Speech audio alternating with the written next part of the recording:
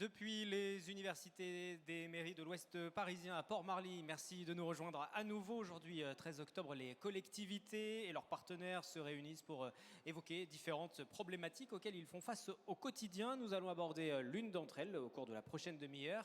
Nous allons aborder la question de la sécurité. En plateau, Thomas Lavielle, bonjour. Vous êtes le directeur de cabinet du préfet des Yvelines, sous-préfet. Nicolas Dainville, bonjour à vous. Bonjour. Maire de La Verrière et vice-président de Saint-Quentin en Yvelines. Et puis le lieutenant-colonel Rémi Moulinier de la gendarmerie. Merci aussi de nous avoir rejoints. Et vous allez participer, on va débuter avec vous dans quelques instants, à une table ronde portant sur la question de la cybercriminalité, de la vidéoprotection également. On a le sentiment aujourd'hui que les élus, les maires sont de plus en plus confrontés à ces problématiques de sécurité au sens très très large. Quelle est la réalité du terrain aujourd'hui et comment intervenez-vous également ? Alors il est vrai que la réalité du terrain était un peu diverse. L'année 2020 effectivement a été très particulière pour tout le monde. Vous avez parlé effectivement de la table ronde tout à l'heure sur la prévention. Il y a également de la gestion de crise. C'est vrai que l'année 2020 a été marquée, notamment pour les maires, par deux phénomènes. Peut-être une impression parfois, les populations les plus reculées d'un certain délaissement. Et dans ces cas-là, on se retourne naturellement vers les maires et la gendarmerie, qui sont les institutions les plus proches. Et effectivement, il ne faut pas écarter non plus le phénomène des agressions des maires, pour lesquelles nous avons dû être très présents. J'écoutais hier effectivement les statistiques où on a annoncé des 200% de hausse sur les agressions de maires au cours des maires. Voilà, donc nous partageons avec les maires cet ancrage territorial. Donc pour nous, pour être au plus près de notre population, il est naturel qu'on ait ce dialogue constant, permanent avec les maires. Et quand je parle d'ancrage territorial, pour nous, on habite également dans ces mairies, dans ces villages et dans ces villes. Donc d'être à l'écoute de nos maires, d'être à l'écoute de la population, durant cette période en plus très particulière de la gestion Covid, ça nous a permis de mettre en place pas mal de dispositifs innovants. Donc merci à vous de nous inviter. Merci à vous également, merci à l'UMI de manière générale, qui nous a permis de présenter ces dispositifs aujourd'hui. Ces dispositifs, on les souhaite sur mesure. Ce n'est pas des dispositifs clés en main. On a pour l'évoluer, tant sur le plan physique que sur le plan numérique, comme vous l'avez appelé. Je rappelle juste que les agressions des maires qui connaissent un boom formidable, malheureusement, se font également énormément sur le numérique. Les agressions numériques, les violences. Oui, via les réseaux sociaux également. Les réseaux sociaux ont connu un boom vraiment extraordinaire. Donc voilà, cette coproduction de sécurité que nous voulons avec les maires, c'est vraiment aujourd'hui, en plus, un moment privilégié pour en parler, puis pour pouvoir débattre tout l'après-midi. Je rappelle que vous intervenez effectivement aujourd'hui sur les différentes tables rondes et puis à travers vos stands aussi, vous allez à la rencontre des élus, des collectivités et vous évoquez tous les dispositifs qui peuvent exister. Nicolas Dainville, sur la problématique de la sécurité aujourd'hui, quelles sont les difficultés que vous rencontrez le plus souvent? Et puis peut-être rebondir aussi sur ce qui a été dit avec ces hausses d'agression envers les élus de plus de 200% ces derniers mois. Effectivement, vous avez près de 1300 agressions de toutes sortes des élus l'année dernière, donc plus de 200% comme l'avez dit. On le vit au quotidien, c'est beaucoup d'invectives, c'est sur les réseaux sociaux parfois un déferlement de haine, des menaces en tout genre. C'est parfois au plus proche du terrain, lorsqu'on verbalise un dépôt sauvage, lorsqu'on enlève une voiture ventouse, lorsqu'on verbalise un problème de stationnement. Souvent, parfois malheureusement, les maires, les élus en général se voient opposer une réaction très, très hostile. Donc effectivement, je pense que la notion de peine plancher contre les agressions envers les forces de l'ordre, les policiers, les gendarmes, les élus, pourrait être une solution à réfléchir pour la prochaine campagne présidentielle. Sur les incivilités, c'est vrai qu'on est sur le terrain en permanence. Il y a les incivilités que j'ai évoquées, dépôts sauvages, et parfois malheureusement un sentiment d'impuissance des maires face à des réalités qui les dépassent, notamment les occupations illégales de terrain par les gens du voyage. Encore récemment dans ma commune, c'est vrai qu'on a du mal à y faire face de manière satisfaisante, rapide. La problématique des squats aussi, où les maires sont souvent un petit peu démunis. Heureusement, les services préfectoraux sont réactifs, mais ce sont des procédures très longues. Je pense qu'aussi il y aurait une réflexion à avoir sur le caractère inviolable de la propriété privée pour être beaucoup plus réactif et ne pas avoir parfois ces trêves hivernales qui complexifient énormément les procédures d'expulsion. Et puis sur un certain nombre de problématiques, notamment les rodéos. C'est vrai que parfois on a aussi ce sentiment d'impuissance, on constate les faits, on les filme, on transmet les images, mais on a du mal à lutter plus durablement, plus efficacement avec la confiscation du véhicule. Donc je dirais qu'on est en première ligne, on est souvent les victimes effectivement d'agressions, mais on est malheureusement impuissant et on s'appuie beaucoup sur les services de l'État, sur les services de l'ordre, mais je pense que la justice pourrait être plus rapide et plus pédagogue dans la sanction apportée. Oui, on voit que les problématiques de sécurité vous occupent au quotidien dans votre mandat de maire et je vais me tourner vers le représentant de l'État forcément sur cette problématique-là. On a entendu un témoignage de maire qui nous explique être démuni le plus souvent face aux différents sujets de sécurité qu'il peut rencontrer. Comment l'État intervient à travers la préfecture ? Je crois que c'est justement important aujourd'hui, à l'occasion de l'Université des maires, qui est le moment de partage, de formation, d'échange des maires avec leurs partenaires, publics ou privés, de mettre ce sujet au cœur de nos échanges. Parce qu'on parlait tout à l'heure de coproduction de sécurité. Aujourd'hui, on est vraiment dans cette situation-là et malheureusement, et on y est très vigilant à Versailles, les atteintes qui peuvent toucher des maires sont liées aussi au fait qu'ils montent en première ligne et qu'ils s'investissent des sujets. Et ça montre justement que la sécurité est aujourd'hui une matière coproduite. Et dans 3 domaines, à mon avis, et 3 domaines clés, qui sont en tout cas ceux autour desquels on travaille dans le partenariat avec les maires, la prévention de la délinquance, qui est une mission du quotidien, assurée par des associations, mais coordonnée par les maires, portée par les maires, et qui est vraiment aujourd'hui essentielle, avec des publics jeunes qu'il faut distraire de la délinquance au plus vite. Le deuxième angle, c'est les atteintes à la tranquillité publique. Je ne parlerai pas de la lutte contre la délinquance, qui, à mon sens, est encore et doit être du ressort des forces de l'ordre et de l'État, mais les atteintes à la tranquillité publique, on parlait des voitures ventouses, on parlait des occupations illicites de la voie publique, on peut parler de l'ouverture illégale d'établissements recevant du public, toutes ces atteintes qui causent des troubles de voisinage et des troubles à la tranquillité publique sont également des domaines dans lesquels les maires sont en première ligne. Et puis le troisième domaine qui nous préoccupe beaucoup, qui est pour l'essentiel une responsabilité de l'État, mais qui nécessite un dialogue permanent avec les maires, c'est la lutte contre la radicalisation et la prévention de la radicalisation. Notre département a été frappé à plusieurs reprises par ce phénomène, à Magnanville en 2016, à Conflans en 2020, à Rambouillet en 2021. Plusieurs territoires avec des morphologies très différentes ont été touchés.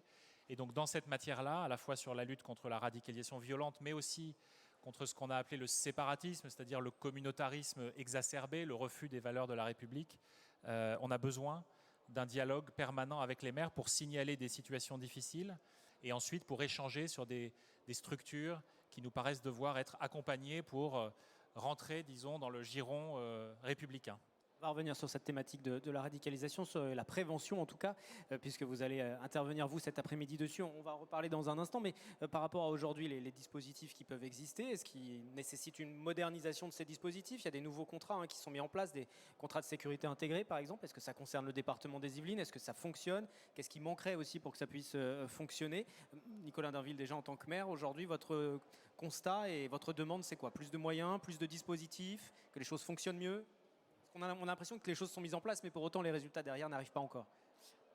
Alors, il y a des choses qui fonctionnent. À la Verrière, pour ne parler que de la plus belle commune des Yvelines, on a expérimenté les adultes relais sur la médiation et ça fonctionne très bien avec des profils qui vont dans nos quartiers, qui vont parler aux jeunes, qui connaissent les parents, qui peuvent faire ce travail avec la parentalité pour mieux les responsabiliser. Donc ça, clairement, c'est 2 dispositifs financés à 95% par l'État qui fonctionnent. Les bataillons de la médiation, je pense, qui sont mis en place, qui, j'en suis persuadé, feront leurs preuves. Après, c'est vrai que sur la question des moyens, je pense qu'il y a un vrai travail à faire sur le nombre de forces de l'ordre, puisque on regrette depuis un certain nombre d'années, qu'importe les majorités qui se sont succédées, quand même une diminution des effectifs et puis des commissariats ou des casernes de gendarmerie vieillissantes. Moi, sur Elancourt, c'est un commissariat qui accueille mal les victimes, qui accueille mal les policiers, qui est dans un état honnêtement assez honteux et qui nécessite un vrai travail de modernisation. monsieur le directeur de cabinet, monsieur le préfet, parlait de Rambouillet. C'est vrai que la femme qui est sortie de Rambouillet, qui a été assassinée, c'est effroyable. Je crois que c'était pour remettre un disque dans son véhicule sur un parking non sécurisé. Donc c'est vrai qu'on a cette problématique aussi de sécurité de nos forces de l'ordre dans des territoires qui ne sont pas faciles.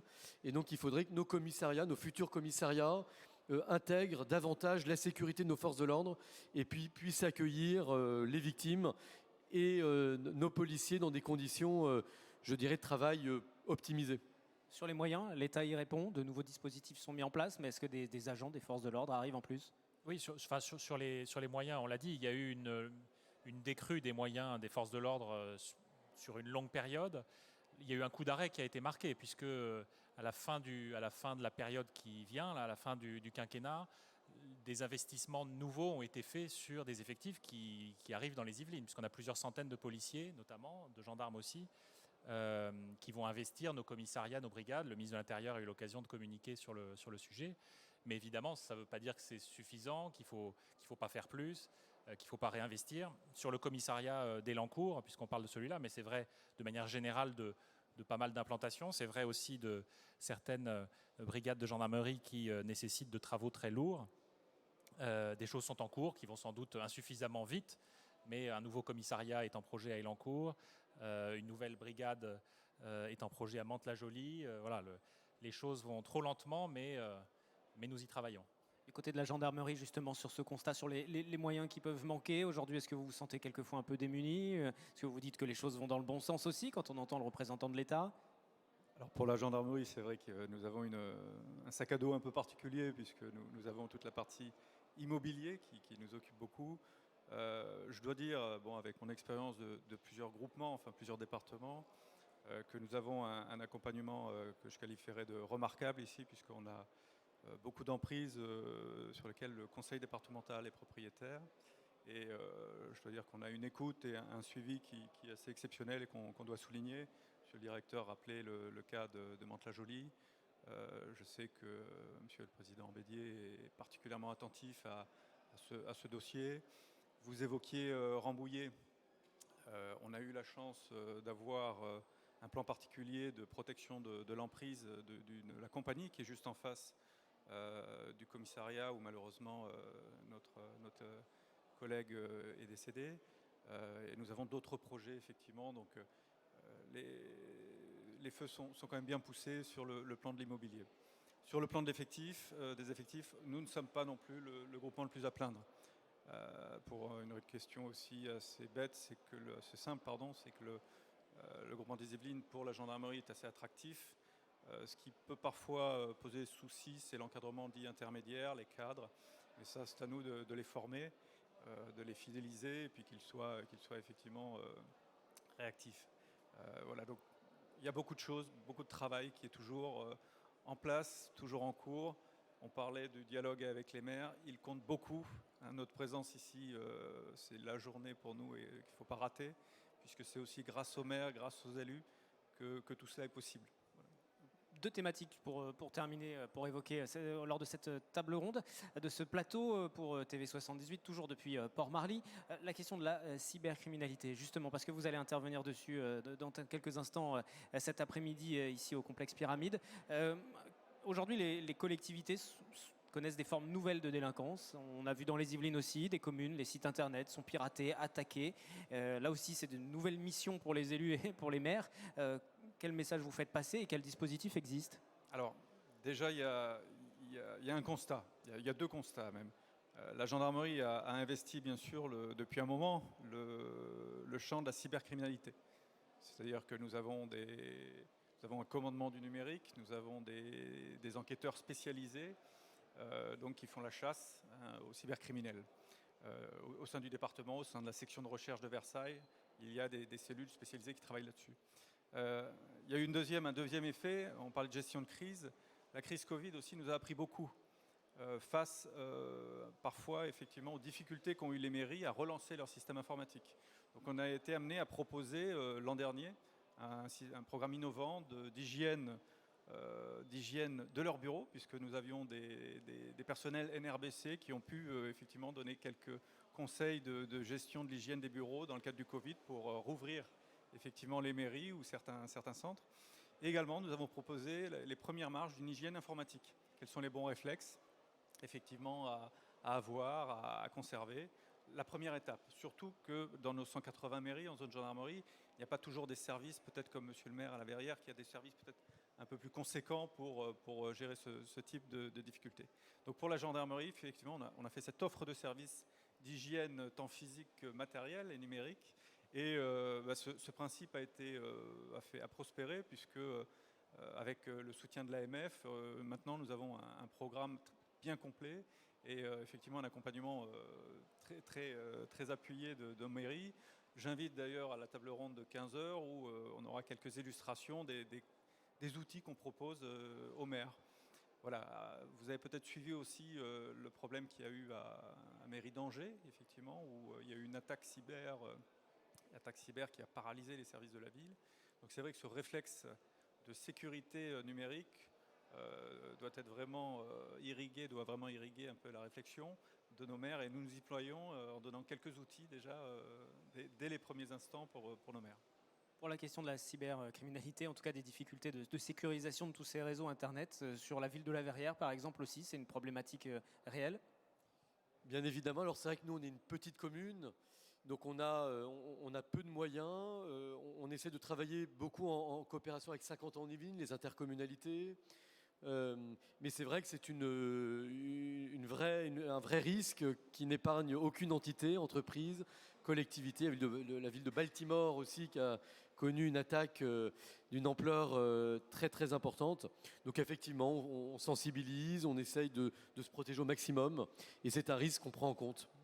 Multiplier les casquettes en termes de sécurité et d'incendie à aller éteindre régulièrement sur le terrain. Et l'un des sujets que vous avez évoqué tout à l'heure qui va nous occuper à présent, c'est la question de la prévention de la radicalisation. Alors, vous attendez beaucoup aujourd'hui des maires, vous l'avez dit tout à l'heure pour l'État, mais concrètement, que fait un maire? Et comment il détecte des signes de radicalisation et comment il intervient?